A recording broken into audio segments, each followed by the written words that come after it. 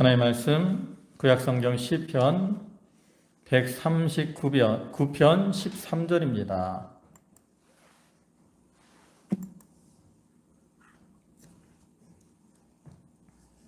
시편 139편 13절 구약성경 페이지로는 902쪽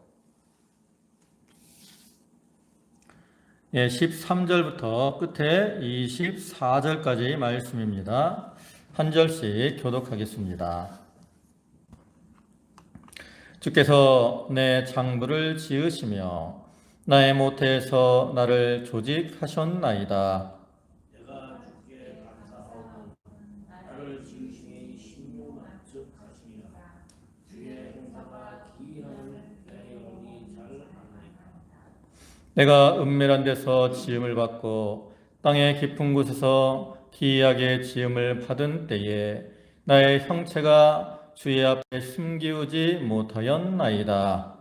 내 형질이 이사에 지음을 주셨으며 나를 위하여 정한 나이 하나 되기 전에 주의 책에 다 기록이 되었나이다. 하나님이여, 주의 생각이 내게 어찌 그리 보배로우신지요. 그 수가 어찌 그리 많은지요. 내가 세고 할지라도 그 수가 모래보다 많도소이다. 내가 깰 때 오히려 주와 함께 있나이다. 하나님이여, 주께서 정령이 악인을 죽이시리이다. 피 흘리기를 즐기는 자들아, 나를 떠날지어다. 저희가 주를 대하여 악하게 말하며 주의 원수들이 헛되이 주의 이름을 칭하나이다. 여호와여, 내가 주를 미워하는 자를 미워하지 아니하오며 주를 치러 일어나는 자를 한하지 아니하나이까. 내가 저희를 심히 미워하나니 저희는 나의 원수이다.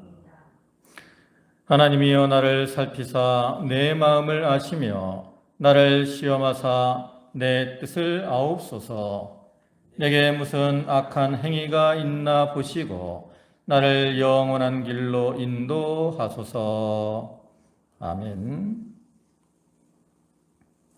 여기 시편을 139편 13절부터 24절까지 모셨는데요.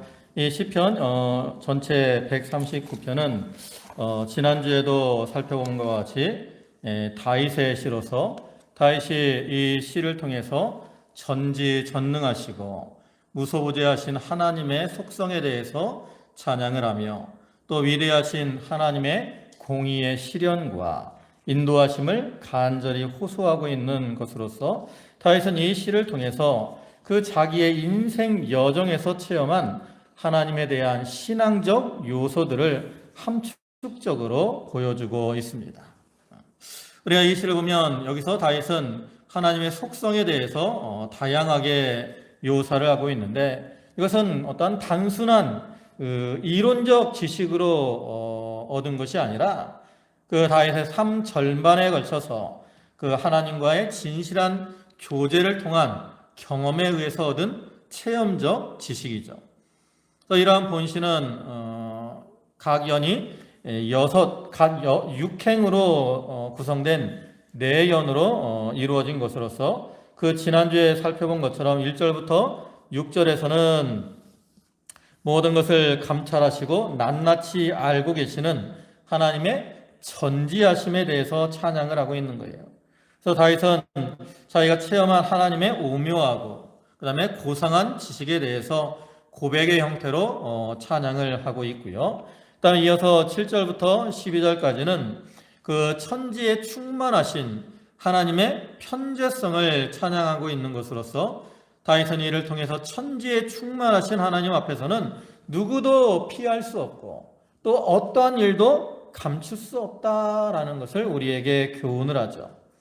그리고 이제 이어서 오늘 말씀 중에 13절부터 18절까지는 그 하나님의 전지성과 편재성을 증명할 수 있는 그 창조주 하나님에 대해서 그 창조주 하나님의 전능하심에 대해서 찬양을 하고 있는데 특히 여기서 시인은 이 자기 자신을 피조물로서 이렇게 창조주 되시는 하나님의 완전하신 그 주권적인 능력을 겸손하게 인정하는 신앙을 고백을 하고 있습니다. 그리고 마지막으로 이제 19절부터 24절에서는 하나님의 진노를 살 수밖에 없는 악을 철저히 배격하고 또 하나님으로만 얻을 수 있는 영원한 생명과 구원을 간절하게 염원하는 이러한 모습을 보여주고 있습니다. 이러한 본시에서 시인은 자신과 하나님과의 관계를 이렇게 안다 또는 감찰하다라는 이러한 여러 단어들을 통해서 묘사를 하고 있는데 이러한 것은 하나님께서 시인에 대한 그러한 관심과 사랑을 가지고 있음을 보여주는 겁니다. 그리고 이렇게 다윗이 깨달은 이러한 하나님의 사랑과 관심은 그 다윗의 전 생애를 통해서 입증이 되었다라는 거죠. 하나님의 크고 놀라운 그 사랑으로 다윗을 지키시고 보호하시고 인도의 힘으로 다윗에 대한 하나님의 크고 놀라운 사랑이 입증이 되었어요. 그리고 하나님께서 그러한 다윗을 이렇게 사랑하시고 그에게 관심을 갖고 계시는 것처럼 오늘날에도 하나님께서는 택한 백성인 우리 성도들을 향한 놀라운 뜨거운 관심과 사랑을 가지고 계시기 때문에 다윗을 하시고 감찰하신 것처럼 오늘날 우리도 알아주시고 또 우리도 감찰하시는 그러한 하나님이 되시는 거예요. 예레미야 23장 24절 보면 나 여호와가 말하노라 사람이 내게 보이지 아니하려고 누가 자기를 은밀한 곳에 숨길 수 있겠느냐 나 여호와가 말하노라 나는 천지에 충만하지 아니하냐. 이와 같이 천지에 충만하신 하나님 또 전지전능하신 하나님 그러한 하나님을 기억하고 그러한 하나님을 의지하며 이제 하나님 앞에 부끄러움이 없는 그러한 모습으로 살아가도록 늘 자기를 낮추고 온유하고 겸손한 또 진실한 이러한 모습으로 하나님께 모든 것을 맡기고 살아가는 그러한 성도들이 되어야 되는 겁니다. 이제 오늘 13절부터 살펴보시면 13절에 주께서 내 장부를 지으시며 나의 모태에서 나를 조직하셨나이다. 내가 주께 감사함은 나를 지으심이 신묘막측하심이라. 주의 행사가 기이함을 내 영혼이 잘 아나이다. 여기 13절부터 18절까지는 그 인간을 지은 하나님의 전능하심을 노래하고 있는 말씀입니다. 여기 오면 주께서 내 장부를 지으시고 모태에서 나를 조직하셨다 그랬어요. 여기 장부라는 것은 일반적으로는 우리의 이 내부에 있는 장기 중에 심장을 가리키는 것이고요. 또 여기서는 오장육부 우리 내부에 있는 그러한 모든 장기들을 가리키는 말로 사용이 된 겁니다. 그리고 때때로 성경에서는 이 장부라는 말을 어떠한 인간의 내면을 상징할 때 사용하기도 했어요. 그러니까 여기 하나님이 내 장부를 지으셨다라는 말은 하나님께서 우리를 육체를 조직하신 그것을 의미하는 동시에 또한 하나님은 우리의 어떠한 은밀한 생각 또 우리의 뜻까지도 다 아시고 주장하시는 그러한 분이라는 의미가 함축되어 있는 거죠. 그러니까 우리를 이렇게 지으시고 또 우리의 생각과 뜻까지도 주장하시는 그러한 하나님이시기 때문에 하나님은 참으로 전능하신 그러한 하나님이 되시는 거죠. 그래서 이어서 내가 주께 감사함은 나를 지으심이 신묘막측하심이라. 하나님 우리 인간을 창조하신 게 참으로 신묘막측합니다. 아주 기이하고 놀랍게 우리 인간들이 창조가 된 거예요. 우리 육체도 이게 뭐 단순한 것 같지만 아주 조직적으로 오면 이만큼 철저하게 과학적이고 신묘하게 만들어진 그러한 존재가 없다고. 그뿐만 아니라 또한 우리의 영혼, 우리 육체도 이렇게 신묘막측하게 창조가 되는데 우리의 영혼은 하나님의 형상대로 하나님이 지으셔서 이렇게 하나님과 영적으로 교통하게 하시고 또 하나님을 깨달아 알 수 있도록 하셨는데, 그것도 좀 또 하나님의 어떠한 측량할 수 없는 그러한 놀라운 은혜, 놀라운 지혜로 된 것이라는 거죠. 그래서 이렇게 우리의 육신을 신묘막측하게 지으시고 또 우리의 영혼을 놀라운 은혜로 이렇게 하나님의 형상을 따라, 우리가 감히 어떻게 하나님의 형상을 닮을 수가 있겠습니까? 그런데 하나님께 우리의 영혼을 하나님의 형상을 따라 참 존귀하게 만들어주신 게, 이게 바로 신묘막측하고 놀라운 그러한 일이 아닐 수 없다라는 거죠. 그래서 그것을 깨달은 시인이 어떻게 해요? 내가 주께 감사하오문, 하나님께 감사할 수밖에 없는 거죠. 또 이어서 주의 행사가 기이함을 내 영혼이 잘 아나이다. 하나님께서 이런 행하신 이러한 일들의 기이함, 신묘막측함을 하나님께서 우리에게 알려주셨다라는 거예요. 우리 육체가 이 어머니 뱃속에서 그 남자와 정자가 이렇게 결합을 해서 거기서 이제 세포가 분열이 되고 우리 인간의 몸이 만들어지잖아요. 그러한 이 인간의 구조가 생성되고 조직이 되는 그 과정에서 뭐 유전자들 또 여러 세포들이 성장이 되는데, 그것이 인간의 어떠한 생각으로는 도저히 이해가 될 수 없는 그러한 신비한 일.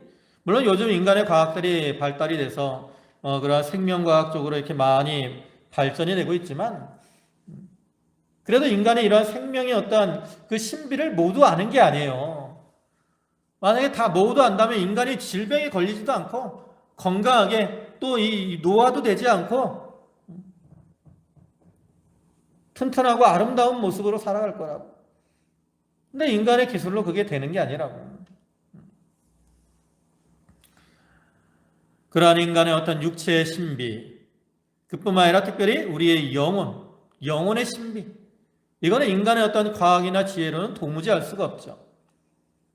우리의 이 영혼이 죄로 인해 죽었다가 이제 예수 그리스도를 믿음으로 말미암아 거듭나서 중생하게 되었고, 그 중생한 영혼이 이제 하나님과 교통하는 가운데 그리스도의 장성한 분량에 이르기까지 자라남으로 하나님을 점점 닮아나가게 되었어요.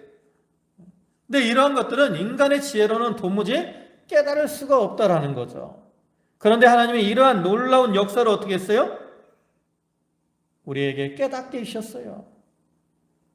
특별히 우리 믿는 자들에게 하나님이 이러한 놀라운 하나님의 이 행사, 기이한 역사, 이러한 것들을 깨닫게 해주셨다라는 거죠. 그것을 깨닫게 해주셨기 때문에 우리가 참 하나님을 이렇게 믿고 섬기며 하나님께 영광을 돌리게 되는 거죠. 그래서 시인은 그것을 깨닫고 그러한 하나님의 그 놀라우신 은혜, 역사, 전능하심, 이것을 찬양하고 있는 겁니다. 또 15절에서는 내가 은밀한 데서 지음을 받고 땅의 깊은 곳에서 기이하게 지음을 받은 때에 나의 형체가 주의 앞에 숨기우지 못하였나이다. 여기 은밀한 데서 지음을 받고 땅의 깊은 곳에서 지음을 받았다 그랬는데, 여기 은밀한 데는 어디예요? 이거 어머니 뱃속을 가리키는 거예요. 또 땅의 깊은 곳은 어디냐? 이것도 이 어떠한 사람의 인간의 눈으로 관측되지 않는 그러한 모태, 이것을 상징적으로 묘사한 거죠. 그러니까 이건 동일한 개념을 이렇게 반복적으로 강조적으로 표현을 하는 거예요. 그리고 이 땅의 깊은 곳에다라는 이러한 표현은 어떤 신학자들은 이것을 우리 인간이 흙으로 창조되었기 때문에 그것을 염두에 두고 이렇게 나타낸 것이다라고 말을 합니다. 그래서 이렇게 인간의 몸이 본래 흙으로 지어졌기 때문에 그 모태를 땅의 깊은 곳이다라고 비유적으로 묘사를 하고 있다라는 거죠. 근데 이렇게 어머니의 속에서, 모태 속에서 우리가 지어질 때 다 기이하게 지어진 거예요. 기이하게. 여기 근데 기이하게 지어진다라는 이 말은 그 문자적으로 해석을 하면 수놓아지다라는 뜻이에요. 그래서 여러 가지 색깔의 실로 짜서 만들다라는 그러한 뜻으로서 우리 인간들이 만들어질 때 우리 인간의 그 내부에 많은 이 조직들이 있어요. 그죠? 우리 몸에 힘줄도 있고 또 신경도 있고 또 혈관도 있고 근육도 있다. 근데 이러한 모든 것들이 어떻게 됐어요? 마치 조직적으로 이렇게 우리가 이 옷들이 이렇게 조밀하게 직조가 되어 있는 것처럼 하나님의 놀라우신 그 능력으로 완벽하게 이루어져 있다라는 거죠. 그것을 이제 비유적으로 말씀을 하는 겁니다. 그리고 이어서 나의 형체가 주의 앞에 숨기우지 못하였나이다. 이와 같이 앞에서 말한 것처럼 인간이 조성된 것은 그 인간의 지식이나 지혜로는 이해하기 어려운 그러한 것이지만 하나님께서는 그러한 인간을 창조하신 분이시기 때문에 인간의 모든 형체, 구조까지도 다 알고 계신다라는 거예요. 그래서 우리는 그러한 하나님 앞에 아무것도 숨길 수 없어요. 이건 어떤 우리의 육체적인, 외적인 면만을 의미하는 게 아니죠. 우리의 육체도 하나님 앞에 숨길 수가 없고 우리의 마음, 또 우리의 중심, 우리의 영혼의 상태 그 모든 것들을 하나님 앞에 조금도 숨길 수 없는 거죠. 이건 앞에 편재성하고도 비슷한 거예요. 우리가 천지에 충만하신 하나님이기 때문에 편재성을 말할 때 하나님은 천지에 충만하셔요. 하늘에도 계시고 땅에도 계시고 어느 곳에서나 하나님은 다 계신 분이기 때문에 그런 하나님 앞에 우리가 숨길 곳이 있다 그랬어요? 없다 그랬어요? 없다 그랬잖아요. 그와 같이 전능하신 하나님 앞에는 우리가 어떠한 것도 숨길 수가 없다라는 것을 분명하게 교훈을 하는 겁니다. 그리고 이어서 16절에 내 형질이 이르기 전에 주의 눈이 보셨으며 나를 위하여 정한 날이 하나도 되기 전에 주의 책에 다 기록이 되었나이다. 여기 형질이 이르기 전에 주의 눈이 보셨다 그랬어요. 여기 형질은 뭡니까? 우리의 이 몸의 실체를 가리키는 거예요. 근데 형질이 이르기 전이야. 결국 어머니 뱃속에서 우리의 몸이 조성되기 전을 가리키는 거예요. 그런데 그때 하나님은 이미 우리를 어떻게 하셔요? 보셨어요.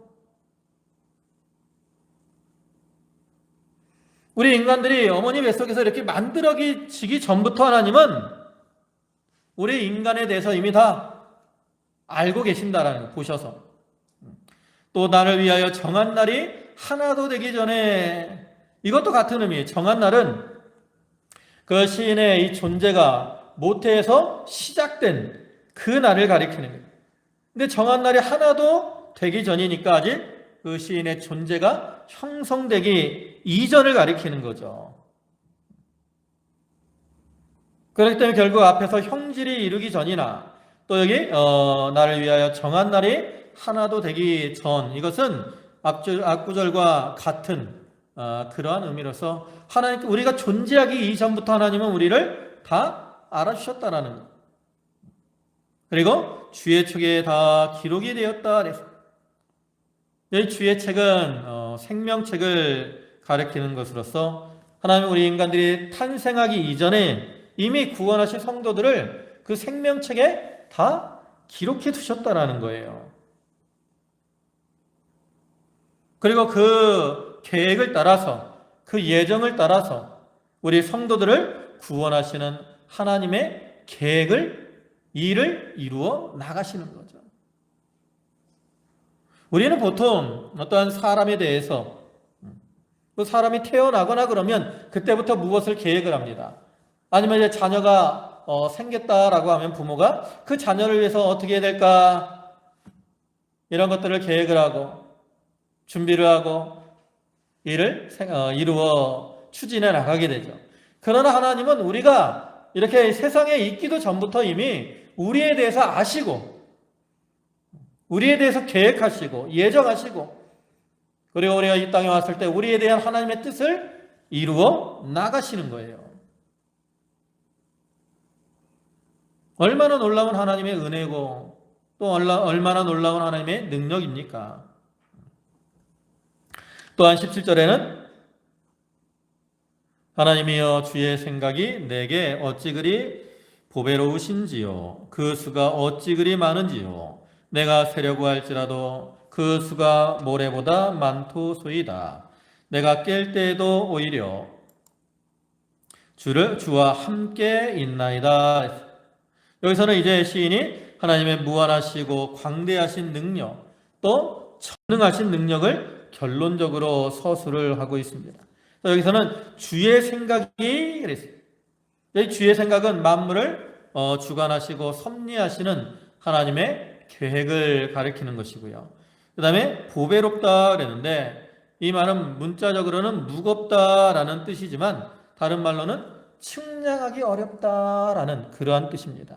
즉 하나님의 구원 계획, 하나님의 섭리 이런 것들은 인간이 측량하기 어려운 거예요. 놀라운 인간이 상상할 수 없을 만큼의 크고 놀라운 일이기 때문에 인간이 가히 측량할 수가 없는 거죠.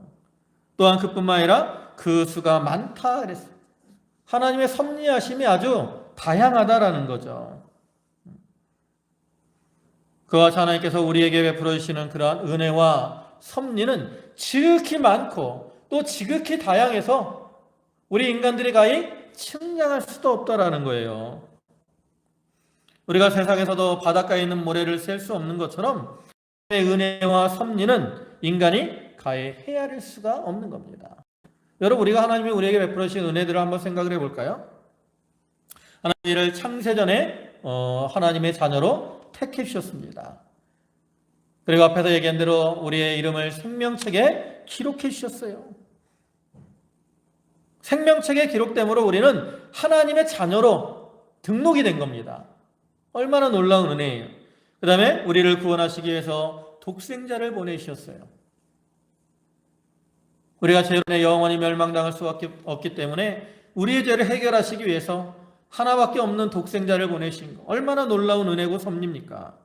그 다음에 이 땅에 오신 예수 그리스도께서 우리의 죄를 지시고 십자가에서 죽어주심으로 또 부활하심으로 우리에 대한 구원을 완성하셨어요.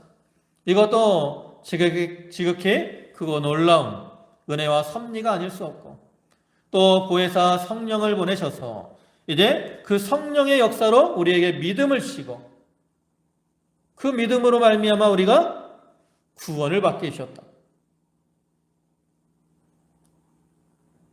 우리가 예수를 믿고 구원받은 거 우리의 노력이나 힘으로 된 게 아니라는 거죠.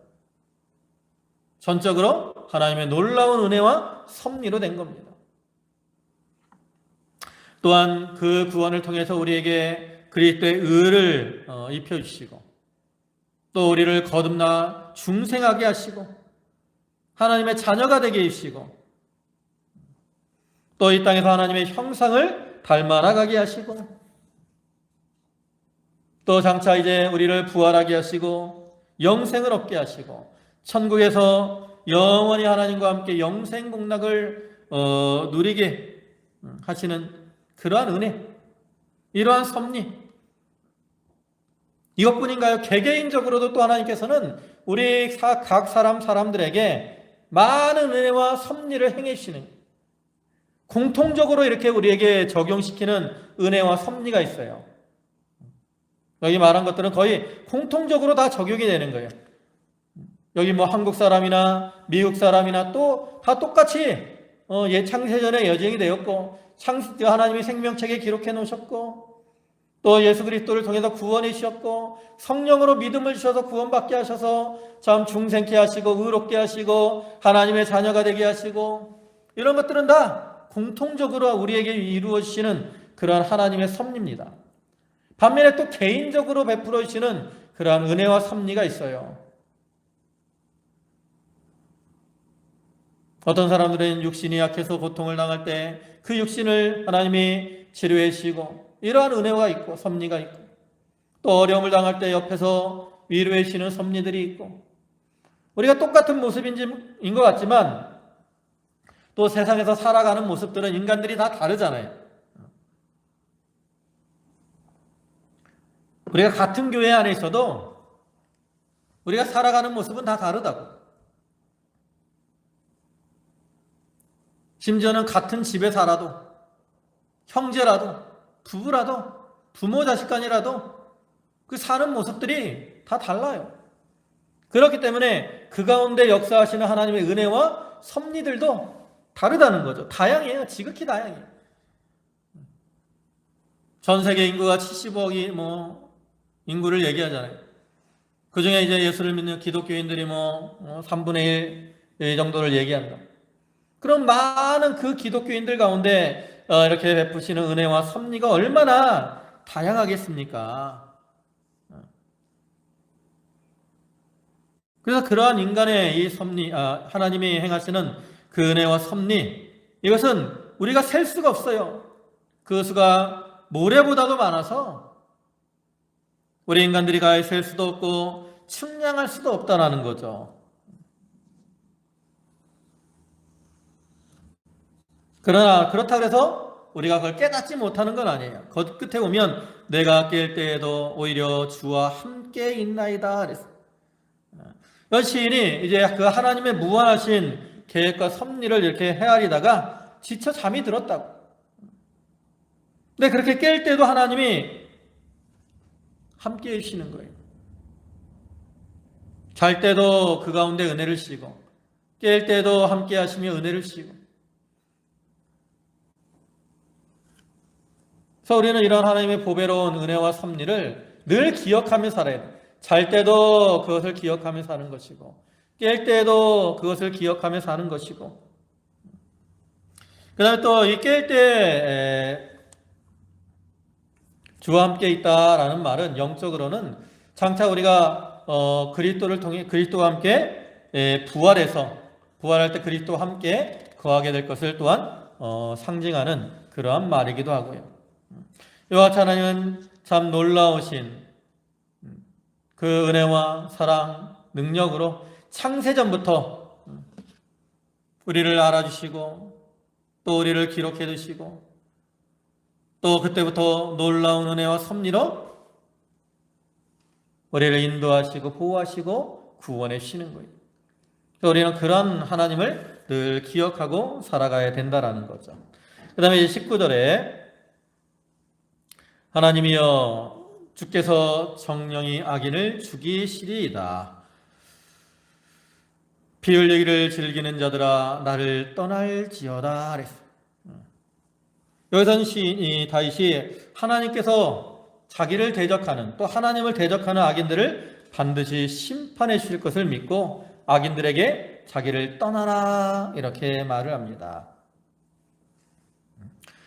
앞에서 말씀드린 것처럼 하나님은 천지에 충만하신 편재하신 그런 하나님이고 또 전지전능하신 하나님이기 때문에 이 우리에 대해서 우리 성도들에 대해서도 아까 말씀드린 것처럼 다 알고 계시고 우리가 이미 그 모태 생기기 전부터 다 아시고 계시지만 그뿐만 아니라 악인들에 대해서도 악인들의 행위와 그 악행에 대해서도 하나님은 모든 것을 다 알고 계시고 또 그에 따라 공의로 심판하시는 그러한 하나님이십니다. 그래서 이러한 악인들의 악행에 대해서도 다 알고 계시는 하나님이기 때문에 성도를 대적하고 핍박하는 자들 또 하나님을 회방하는 자들 이러한 자들은 다 하나님의 심판을 당할 수밖에 없다라는 거예요. 그래서 우리 성도들은 이렇게 하나님께서 악한 자들을 심판하실 걸 믿고 우리가 악인들을 멀리하는 생활을 해요. 여기 피 흘리기를 즐기는 자들아 나를 떠날지어다 그랬는데 이것은 그 하나님의 심판을 믿고 자기가 악인들을 멀리하려고 하는 그런 다윗의 모습을 보여주는 거죠. 악인들은 반드시 심판을 받을 것이기 때문에 다윗은 이렇게 악인들, 그 피 흘리는 악인들을 멀리하려고 한 거예요. 그들에게 자기를 떠나라 이렇게 말하지만 실제적으로는 자기가 그런 악인들을 떠나려고 이렇게 하고 있는 거죠. 왜냐하면 그런 악인들과 동행하면 자기도 악을 행하게 되고 그로 인해 그러한 하나님의 심판을 당하게 될 것이기 때문에 그런 악인들을 떠나려고 힘을 쓰고 나간 거죠. 금묵자흑이라 그랬고요. 근주자적이라 그랬어요. 우리가 이 검은 것을 가까이 하면 검은 게 묻습니다. 빨간 걸 가까이 하면 빨간 게 묻어요. 사상적으로도 마찬가지예요. 우리가 이 어떤 이단 사상을 가진 사람들 자꾸 가까이 하잖아요. 그럼 자기도 모르게 그게 자기에게 젖어드는 거야.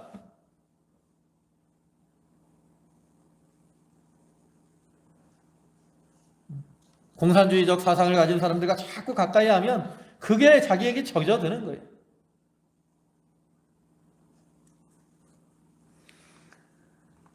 그래서 우리는 이러한 악인들을 멀리하는 자들이 되어야 됩니다. 하나님은 반드시 공의 하나님이시기 때문에 반드시 악인들에 대해서 심판하시는 하나님이라고.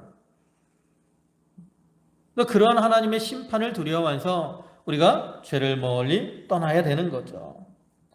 또 이어서 20절에는 저희가 주를 대하여 악하게 말하며 주의 원수들이 헛되이 주의 이름을 칭하나이다. 여호와여 내가 주를 미워하는 자를 미워하지 아니하오며 주를 치러 일어나는 자를 하나지 아니하나이까. 내가 저희를 심히 미워하니 저희는 나의 원수니이다. 여기 저희가 주를 대하여 악하게 말하며 주의 원수들이 헛되이 주의 이름을 칭한다. 이것은 그 시인이 그 악인들에 대한 하나님의 공의의 심판을 선포하면서 그들과의 단절을 선언한 이유를 보여주는 거죠. 왜냐하면 악인들은 어떤 자기의 이익, 욕심, 목적을 위해서 하나님의 이름을 망령되이 일컫기도 하고 또 하나님을 거스려 강팍한 이런 말들을 한다라는 거예요. 근데 이와 같이 하나님을 거스리는, 하나님에 대해서 악하게 말하고 또 하나님의 일을 망령되이 말하는 것은 하나님의 공의로운 성품에 거스리는 이러한 일이기 때문에 결국 하나님의 심판을 면할 수가 없다라는 거예요. 근데 다윗은 하나님을 사랑하는 자잖아요. 하나님을 사랑하는 자가 어떻게 하나님을 이렇게 하나님에 대해서 악한 말을 하고 또 하나님의 이름을 망령되이 일컫는 그러한 자들과 함께할 수가 있겠습니까? 우리가 세상에서도 그러잖아요. 내가 좋아하는 사람이 있어요. 내 남편, 내 아내, 또 내 자식, 아니면 뭐 내 친구, 이런 사람들이 있는데 다른 사람이 그 사람을 욕하면 기분이 좋아요? 그 사람과 함께 호호하하 하겠습니까? 멀리하게 된다고. 왜? 그 사람에 대한 사랑이 더 크기 때문에 그 사랑하는 사람을 악하게 말하고 또 회방하는 이러한 자들은 멀리할 수밖에 없는 거예요. 그래서 다윗은 하나님을 사랑하기 때문에 이렇게 주에 대해서 악하게 말하며 또 주의 이름을 망령되이 일컫고 헛되게 말하는 그러한 자들을 미워할 수밖에 없다라는 거죠. 또 그들은 저희는 나의 원수다 그랬어요. 심지어는 다윗은 그들을 뭐라고 말해요? 원수다라고 말을 하는 거죠. 이것은 하나님에 대한 다윗의 지극히 큰 사랑을 보여주는 거예요. 다윗이 하나님을 이렇게 극진히 사랑하기 때문에 하나님에 대해서 이렇게 공경원하게 참 증오와 멸시 이런 것들을 말하는 자를 마치 자기에게 그렇게 행하는 것처럼 그들을 원수와 같이 여기고 나아가는 거예요. 오늘날에도 마찬가지입니다. 우리가 참으로 하나님을 사랑하는 자들은 하나님을 대적하는 자들을 마치 뭐와 같이 여겨요? 원수와 같이 여긴다. 그래서 그들을 멀리하는 거예요. 그리고 반면에 하나님을 가까이 하며 또 하나님과 동행하며 하나님을 생명으로 삼고 나가는 거죠. 물론 우리가 그러한 사람들에 대해서 우리가 뭐 싸우고 다투고 이렇게 하라는 말은 아니에요. 그들은 하나님을 알지 못하기 때문에 그렇게 행하는 줄 알고 그들을 불쌍히 여기고 그들을 위해서 기도는 하지만 우리가 그들의 그 행위에 대해서는 결코 함께 할 수가 없는 거죠.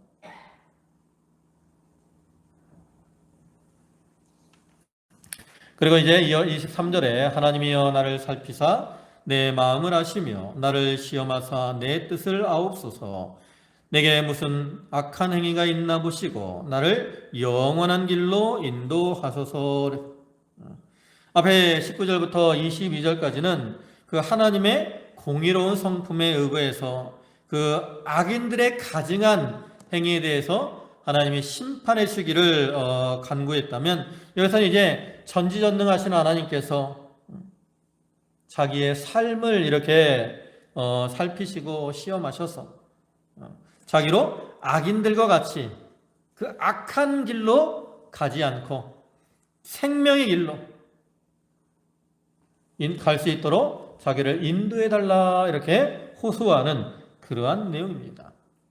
다시 이렇게 하나님 앞에 자기를 살피시고 또 자기를 시험하셔서 자기를 악한 길이 아닌 생명의 길로 인도해달라 이렇게 호소하는 이유는 우리 인간의 연약함을 알기 때문에 그래요.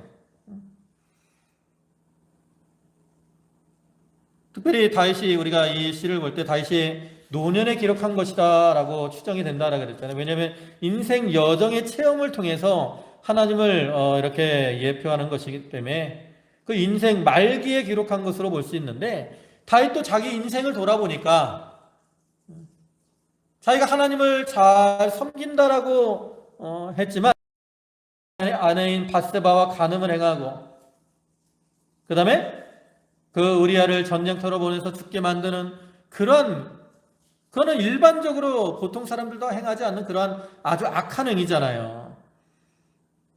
그래서 다윗은 그런 자기의 악한 행위를 보니까 언제든지 하나님이 자기를 지켜주시지 않으면 또 자기가 악한 길로, 잘못된 길로 나갈 수 있다는 걸 분명히 깨달았다라는 거죠. 그렇기 때문에 다윗은 어떻게 해요? 하나님이 자기를 붙드셔서 자기를 이렇게 비시고 또 시험하셔서 내가 악한 길로, 잘못된 길로 나아가지 않고 하나님이 기뻐하시는 그러한 영원한 길로 나아갈 수 있도록 인도해달라고 간구를 하는 겁니다. 여기서 말하는 영원한 길은 그 악인들이 갈, 그 창졸간에 멸망할 그러한 악인들의 길을 긁어가는 어떤 대조되는 그러한 영원한 생명의 길, 또 의의 길을 가리키는 거예요. 근데 우리가 그러한 의의 길로, 생명의 길로 걸어가야 되는데 우린 연약하기 때문에 그 길로 가다가도 쓰러지고 넘어지고 또 잘못된 길로 나아갈 때가 너무나도 많은 겁니다. 그렇기 때문에 다윗은 이렇게 하나님께서 자기를 이렇게 살피셔서 그러한 잘못된 길로 가지 않고 바른 길로 나아갈 수 있기를 소망하며 하나님 앞에 간구하고 있는 거죠. 오늘날 우리도 마찬가지입니다. 우리가 예수를 믿고 참 교회에 나서 하나님을 섬기지만 하나님이 기뻐하시는 그런 바른 길보다는 잘못된 길로 나아갈 때가 너무나도 많다라는 거죠. 근데 하나님은 천지에 충만하시고 또 모든 것을 아시는 하나님이기 때문에 우리가 잘못된 길로 나아가다가는 공의의 하나님이 그 심판을 당할 수밖에 없는 거죠. 그래서 우리도 그렇게 되지 않도록 어떻게 해야 되겠습니까? 자기의 연약함을 깨닫고 다윗과 같이 참 하나님 앞에 간구함으로 영원한 길, 생명의 길, 의의 길로 나아갈 수 있도록 도와달라고 하나님 앞에 부르짖는 그러한 생활을 해야 되는 거죠. 그러니까 우리가 이 말씀을 통해서 다윗이 자기의 삶을 통해서 전지전능하시고 천지에 충만하신 하나님, 그분 앞에 바로 사는 것이 참으로 복된 그러한 삶이라는 것을 깨닫고 그 앞에서 바로 살려고 힘을 쓰면서 하나님의 도우심을 간구한 것처럼 오늘날 우리들도 그 천지에 충만하신 하나님 앞에 바로 살기를 소망하면서 이렇게 하나님의 도우심을 간구하고 부르짖음으로 하나님의 도우심을 얻어서 이러한 영원한 길, 생명의 길, 또 의의 길로 걸어가는 그러한 저희들이 되도록 해야 되겠습니다. 기도하시겠습니다. 전능하시고 은혜와 사랑이 풍성하신 주님, 하나님은 천지에 충만하신 하나님이요 전지전능하시며 능력의 하나님으로서 우리가 형질이 이루기 전부터 우리를 다 아시고 또 이미 창세전에 우리에 대해서 다 계획하시고 섭리하시고 인도하시는 그 은혜와 사랑에 감사를 드립니다. 주여, 우리가 그러한 하나님의 은혜를 기억하고 그 하나님 앞에 바로 살아야 될 터인데 주여, 저희들 연약하고 부족하여서 넘어지고 쓰러질 때가 너무나도 많이 있습니다. 주여, 저희를 불쌍히 여기시고 도와주시옵소서.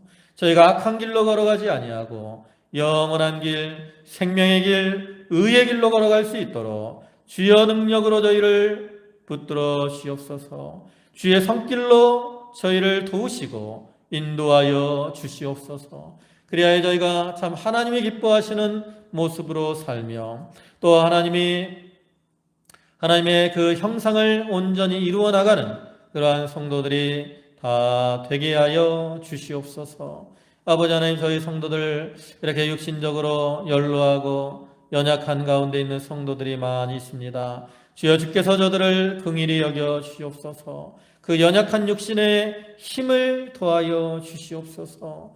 저들의 소망을 견고케 하여 주시옵소서. 그래야 다시 주님 앞에 함께 나와 예배하며 하나님께 영광 돌리는 삶을 살아가게 하여 주시옵소서.